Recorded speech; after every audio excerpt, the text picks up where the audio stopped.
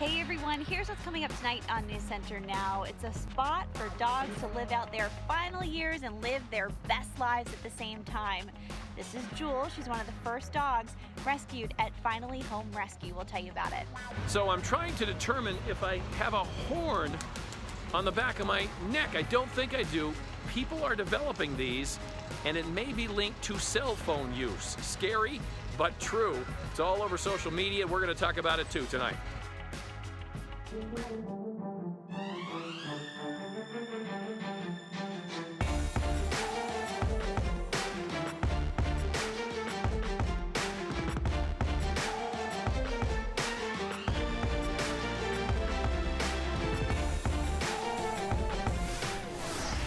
Good evening, everyone. I'm Lindsay Mills. And I'm Lee Nelson. We are glad you're with us this Friday evening. And we begin the news this evening with an update on the tension between the U.S. and Iran.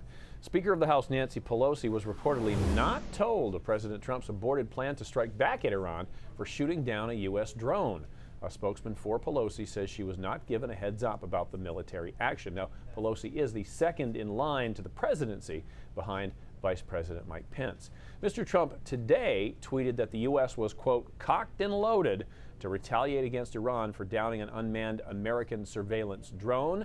But then he said he canceled the strike just 10 minutes before launch time after being told 150 people could die. Also today, writer E. Jean Carroll said in a New York Magazine interview that she was raped by Donald Trump in the 1990s. We will continue to update this developing story as we learn more. Well, back here at home, one man is dead after an incident involving a street sweeper. Police got the call just before noon to respond to the Route 1 bridge construction site beneath the overpass on Main Street in Yarmouth. Police say 30-year-old Richard Mason of South Paris was driving a street sweeper that was being used for the construction site when he backed over another member of the construction team. That person has been identified as 57-year-old Paul Haley of Farmington. The gentleman was under the vehicle, and some larger equipment had to be used to free him from that position so he could be evaluated by medical personnel. The construction was part of a bridge replacement program through the Maine Department of Transportation and Reed & Reed Incorporated. An investigation remains underway. Maine has started to make it easier to receive coverage for transgender health services. Yeah, Maine Public reports the State Department of Health and Human Services is removing transgender-specific health services from the list of non-covered procedures under the state's Medicaid program. Maine Transnet Executive Director Quinn Gormley says the state hasn't specified what exactly is covered yet. The department spokesperson says Maine was one of only 8 states whose Medicaid program had maintained or enforced exclusion of transition-related health care. Well, certainly lots of puddles that were part of my story today. You'll see later on with the pups. All right. They were loving it, and I know my own pups were out there playing in the mud too. I saw Lee actually rolling around in the mud. See, Lee rolls in things to mask his scent. I think that's right. The point of it is. Wait, is that one right there? It doesn't work too well, but it tries. You know, we had some pretty heavy rain earlier, especially overnight last night. Now it's just been an unstable middle of the day into the afternoon. There's still some rain lingering over parts of down East Maine. It really has not stopped raining there. The rest of us have gotten a break, but there's still some showers coming through. This is really light stuff, but the sky has that look that you can tell at any minute there could be a sprinkle here and there. So that's the case for the next few hours. These are moving towards the coastline. The back edge, though, is moving through the mountains, so they're seeing a nice late afternoon. We should be able to get sunset in a lot of spots tonight, but these clouds have been stubborn. We'll see if we can lift them out of here in time. A couple of the showers again continue until around 8 o'clock. After that, it is partly cloudy to mostly clear. And then tomorrow's a good-looking day. We talked about the communication challenge about tomorrow's forecast because it's a partly cloudy day. It's a nice day. Most of us stay dry, but there are some isolated showers that pop up here in the afternoon. And so we put that in the forecast starting yesterday, and I keep it in the forecast today. Sunday still, guys, the better of the 2 weekend days, and it's probably our first day that I could think of that you might actually want to go to the beach. I'm not saying you want to go in the water. Right. where you might want to go look at the water from a distance. You have to make that distinction for sure. Yes. Yeah, especially in Maine. Yeah. All right, Keith, thank you very much. Talk to you again in a bit. And okay, you need to listen up, okay? Because many pregnant women apparently are not getting the proper amount of nutrients. This is something I actually think about every day when I take that vitamin you're supposed to take. I'm sure. Yeah, researchers from Purdue University studied over 1,000 pregnant women, and nearly 70% take dietary supplements. The study found many did not consume enough vitamins A, C, D, E, and K, or folate. They also weren't getting enough of some of the most important minerals like iron, calcium, and zinc. And I think I'm guilty of this, but one thing most of them all had too much of: sodium. I think we all have too much sodium. Yeah, I wake up in the morning after eating Chinese food and my eyes are just puffy. Also, the women who took supplements were more likely to get too much iron and folic acid as well. Well, here's something that's getting a ton of buzz on social media today: how cell phone use is changing our bodies. We had fun with this one today. Yeah, although it's a little scary, right? All that looking down at your phone may actually be causing the growth of bone spurs on our skulls, okay? Australian researchers examined hundreds of x-rays of adults, and 40% of those between 18 and 30 years old developed bony growths on the bases of their skulls. All had spent at least 4 hours a day on their phones. Now, these x-ray images show the growths on 2 adults. One was 28 years old, the other was older, 58 years old, and they range from 10 to 31 millimeters. So small, but large enough that they could be felt as a bump on the back of the head. Now, in the past, this has typically been seen in the elderly because it is linked to posture problems, but now it's being seen in younger folks as well. Wow. Text neck, I've heard it called. Yes. Yeah. All right, put my phone away for a little while. With low adoption rates, it can be challenging to find forever homes for older dogs. Or sometimes an owner falls ill or passes away, leaving behind their four-legged friend. That's where a North Yarmouth woman is stepping in to help, creating a retirement home for dogs.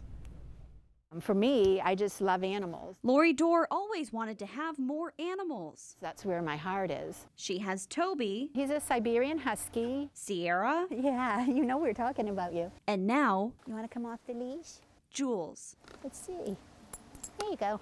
What are you going to do? We have a little land here. We have a house. We have a couple of senior dogs ourselves, and was talking with a friend and thought, you know, I'm going to do it. I'm going to go ahead and start bringing them in and adopting them. Jules was the first official rescue for Dorr's nonprofit, Finally Home Senior Dog Rescue and Retirement Home. She doesn't know much about her story other than she came from Mississippi and she's roughly 11 years old. It's taken about 3 or 4 months for her to kind of feel comfortable. And I mean, even to do this, roll around on the ground, you know, she's only started doing this the last couple of weeks. Dorr hopes to eventually welcome as many as 15 dogs. Dogs that need a place to call home and due to their old age require a lot of care. Just like all of us, the older we get, maybe we're not so quick. Go get it. She's started fundraising efforts, but right now she's paying for everything from food to vet bills. Good boy. Come here. Come here. Drop it. Drop it. That a boy. With an open space and heart, she's ready to provide a place for pets to enjoy their final years. Sometimes there just seems like so many causes out there, but if you just pick 1 or 2 and just do what you can, that's great. So medical bills can certainly be something to consider when rescuing an older dog. And ahead on News Center Now, we're actually going to find out more about a financial option for when you do have pet emergencies. Yes, It's becoming more common, this type of loan. Well, we're spending more on our pets. Yeah, we certainly Yeah, are. as a matter of fact, I saw the numbers and it was shocking. It's a little shocking. All right, later on now, Maine is looking up to a lot of states when it comes to internet speed. We'll explain that. And coming up, a new take on lacrosse. Chris Costa is going to introduce us to box lacrosse, and we're going to meet Maine's new team. All right, we're back. You know, the popularity of pet ownership in Maine continues to rise. The American Veterinary Medical Association says the rate is at 70%. They say the average annual cost to care for a pet is between $800 and $1,500, and then obviously multiply that if you have more than one pet. That number can be a lot higher as well. So John Paradise from Town & Country Financial Credit Union is here to talk to us today about some ways that we can maybe pay for these medical emergencies in our pets if a problem comes up and we're not ready. Yeah, and you know, it happens more often than you think, Lindsay and Lee. It's you know, I mean, I look at my own experiences. We had an emergency on Christmas Eve with our dog, and had to take the dog to the emergency clinic, and that was certainly an unexpected expense of several $100s. So what Town and Country Federal Credit Union has done is looked at the popularity of pets, cats and dogs in the state, and we've come up with a new pet loan. And what the pet loan will do is help people cover those unexpected expenses, those emergencies, surgeries, the cost of medicine that goes along with a lot of pets, and even for the adoption of pets. Is there something that it won't? I mean, what is it specifically emergencies and adoptions, or is it? No, it will cover pet expenses, and Interesting. you know, we're open to the fact that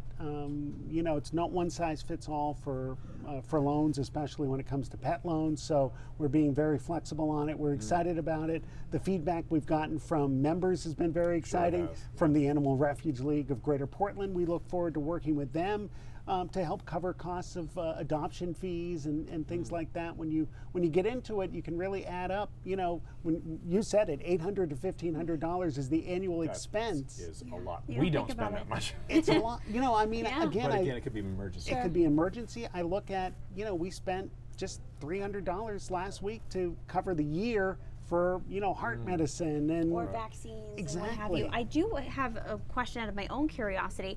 What's the difference between taking out a loan for something like this or using a credit card, or maybe opening up a new credit card? Well, it's some of it's semantical. You know, Yeah. we have a special rate when it comes to the pet loan, and it's you know, it's relatively short term. You know, credit card, there can be advantages to using that, but what we want is people to not be hamstrung by the fact that they have to have a loan or they have to have extra financing for their pet. And you know, let's face it, pets are part of the family, and you know, you wouldn't think twice about taking your child or yourself to the emergency Right. room. We really probably don't think about taking our pet to the emergency room, and we also don't think about the finances that go along with it. So we're really excited to help you know, add to that special family member by having a special loan for it. Not surprised the feedback has been positive either. Pet stories. People love pets. Yeah, absolutely. Thank you so much Thanks once for having again me. for being here. Hey, we got to take a quick break, but coming up, we're going to go to the world of box lacrosse, see what it's all about. And you can't put Keith in a box. We'll take a look at his full forecast coming up this weekend. Keith. Well, the high school seasons are now over, but when it comes to lacrosse, things are just getting started for Maine's newest professional team, and the first game is this weekend. Yeah, box lacrosse. Chris Costas here to tell us more about it. This looks really cool, Chris. Lee and Lindsay, it's really intense, and lacrosse, as we know, is one of the fastest growing sports in the country. Now, while that growth has flattened out in recent years, a new professional team in Maine is promoting the game, but it's a version you may not have heard of before. Fight through. The fastest game on 2 feet is trading in turf for concrete, cleats for sneakers.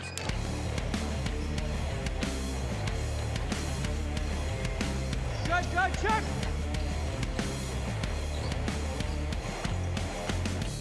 There's legitimately 2 versions of this game. They have no idea that we play in a hockey rink. But there's no ice, no They skates, have no idea that we have small goals and big goalies. but gloves, helmets, and big hits. Fight that! Check. Hey, are you a hockey fan? Are you a football fan? Are you a basketball fan? Do you like fast-paced play? You know, you will love box lacrosse. Box lacrosse is nothing new. It's Canada's national summer sport. Now it's in our state for the first time. Leading the way are the Maine Northmen. Kyle Baker is a righty forward. He's also the team's owner and general manager. It's been a dream of mine to bring box lacrosse to my local community for years. So the Kennebunk native hand-picked and recruited the players. 20 of the 38 are originally from Maine. Some have never played box lacrosse before. Others, like Mark White, have played at the highest level. Short story is my parents couldn't afford to put me in hockey, you know, so when I was 3 years old, my parents didn't know what to do with me, so they put me in box lacrosse, and you know, fast forward to today, I think it was worth it. White hails from Ontario and suited up for the Toronto Rock in the National Lacrosse League in 2014.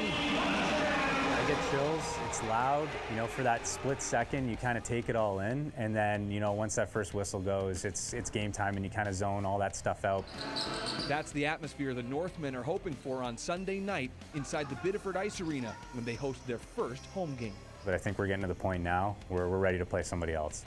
It's also a chance to expose Maine's young players to a style of the game that these guys say made them play even better. When they have that box skill set, you know, foundation, they're already a high-level field player. That's because the goals are smaller, the goalie's pads are bigger, and the pace of play is faster. And my biggest passion is growing the game of lacrosse in both versions, but specifically now, this opportunity bringing the better, my favorite version to Southern Maine, because once you see it, you'll be hooked. So the Northmen play their first home game Sunday night at 6 o'clock at the Biddeford Ice Arena. If you head to this story on our website or mobile app, you can find the link to buy tickets to the game. It's cheaper than $10 per person, even cheaper for kids. And Lee and Lindsay in hockey, they have the ceremonial puck drop, right? Well, Senator Angus King is going to place the ball for the ceremonial face-off on Sunday night. Oh, cool. And then get the heck out of the way. Exactly. It's intense in there. I mean, they're flying around. It's really, really fast. And the very pads on the physical. goaltenders are huge. I know. Enormous. I don't know how these guys are able to score because the goal is only 4 feet by 4'6", and those guys take up so much room. That's It's crazy. exactly what I was thinking. But I love any way to grow the game. Yes. I mean, this is really cool. Really interesting. And it's Thank cool you. for parents too because the kids have been really learning this as they develop their field game too. So it can be a year-round sport. Awesome. Awesome. Looks like fun. Thank you very much. And weather doesn't really need to be an issue at No, all for no, this lacrosse no. league because they're inside. You know, it's one of the benefits. The goalie thing, when I was a kid, I used to watch hockey and I said to my dad, why don't they just get a really fat goalie? Like the fattest they can find and just stuff the net. Right. You know? And that, Yeah. right, like he's just said, like the walrus in that. Yeah, and Geico the answer commercial. is, why hasn't happened yet? I don't know. I mean, how big is a hockey net? I feel like you could fill the vast majority of it with a person plus equipment. Maybe. You can take that up with the NHL I after don't the know. show. Yeah. Are there any rules on that? The NHL's now The like, goalie don't can only at be me, Keith. so wide or something. All right, here's a look at the radar out there. We've had rain all day over down East Maine. Most of us have cleared out at least at times, but it's still been unstable, and the atmosphere is still producing a couple of showers that are racing down from the north. They're tending to dry up before they get to the coastline, but sprinkles still a possibility for the next hour or two, even along the coastline as these kind of move through. And you can see the back edge of the clearing is trying to get into the coast, into Bangor. It's just been a really slow process, but it should happen for most of us before the sun sets. And that makes sense as today is the latest sunset of the year. So we're giving us a little extra time in that way. Current temperatures, pretty much room temperature, I guess, upper 60s, 73 in Freiburg and 69 in Concord. All right, so there's the sprinkles, there's the back edge of the clearing getting through just in time for sunset for the vast majority of the state's population. Tomorrow's still partly cloudy, and there's still a chance of a sprinkle. I wanted to be able to not have that in the forecast, but there's just enough of them that I think we have to have it. It's that 10-15% chance, if that, of a shower, but that's still a chance. And then Sunday, there's no chance. Looks beautiful, right around 80 degrees. And what I really like about Sunday is that it will be an offshore flow. And so that makes it a better beach day if you're thinking about the beach, because we won't have the wind off the water, which is a real killer. Regardless of the time of the year. And then Monday looks good as well. If you've got an extra day to burn, that would be a good one. Mid-70s and mostly sunny. Where is the real heat, though? The answer is I don't know. It's just not really happening. We just keep playing right between the lines here, and it's conceivable that we're going to get into July with no real heat. Now, we're not below average. The temperatures are on average, but we're just not doing it with any heat in between, which is really interesting. So this is this is of course coinciding with me spending a lot of money for a heating and air conditioning system, which the argument is made sometimes in Maine. You don't need cooling. Last year summer you felt like an idiot for making that statement. Right. So far this year, it's early yet though. yeah, oh sure. I mean we'll definitely have hot days. There's no question. And sometimes, much like we started out with a big winter, and it doesn't mean it's going to be a big winter. Same thing can happen with heat. We could get into a pattern in July that we just toast through and we'll never remember this. It's not terrible anyways. It's just interesting that we can't get any real heat in here. All right. Well, we'll just keep we'll trying. live with it. Yeah. Thank It's you. comfortable. Thank you, Keith, very much. Hey, 5G internet could soon become the standard all across the country. Right now, internet in the U.S. is not all the same, and researchers at highspeedinternet.com found the states with the best and the worst internet connections. And this probably won't surprise you. Maine was in the bottom 5 with a speed of 26 megabits per second. Alaska was the slowest with a speed of 17 megabits per second. Mississippi and Idaho round out the bottom 3. Maryland, New Jersey, and Delaware are the top finishers. Maryland's internet speed is over 65 megabits per second. So that was like just about twice the speed of Maine's. Yeah, it's a little insane when you think about it like that. Yeah. Yeah. All right, let's talk to Cindy, see what's coming up at 5:30. Howdy. It is mosquito season, if you haven't Sure noticed is. yet. And yeah, are they bad near your house? They were bad where I was today. Yeah. Such a bummer. There are some things that you can do. Some of them we know about, some of them we don't. We're going to talk with the guy in the state who's all about getting rid of mosquitoes, and he'll tell us really what it takes for the mosquito population to finally wane. And 8,000 people are expected at the Maine Whoopie Pie Festival this weekend in Dover, Foxcroft. We're going to take you there for a little preview of what you can expect. And yeah, sweet goodness. Sweet Wowza. goodness. That's I a know lot that of does whoopie look pie. Yeah, there's a whoopie pie eating contest tonight, At the right? Sea Dogs game Absolutely. this evening, right? It's a lot of, talk about a sugar rush. Sugar. We're talking about it actually when we come back. All right, today's the temporary name change for the Portland Sea Dogs, the Maine Whoopie Pies. Feels like just yesterday Slugger was helping you do the Merchandise weather. is great. Also, I got a threat on Twitter this morning, which is nice. I get a lot of threats on Twitter. Most of the people, though, aren't as friendly as Slugger, so Yeah. it'll work out. The game take starts at 7 if you're into it. Today's Brain Drops. Today is the first day of summer, right? It's the summer solstice.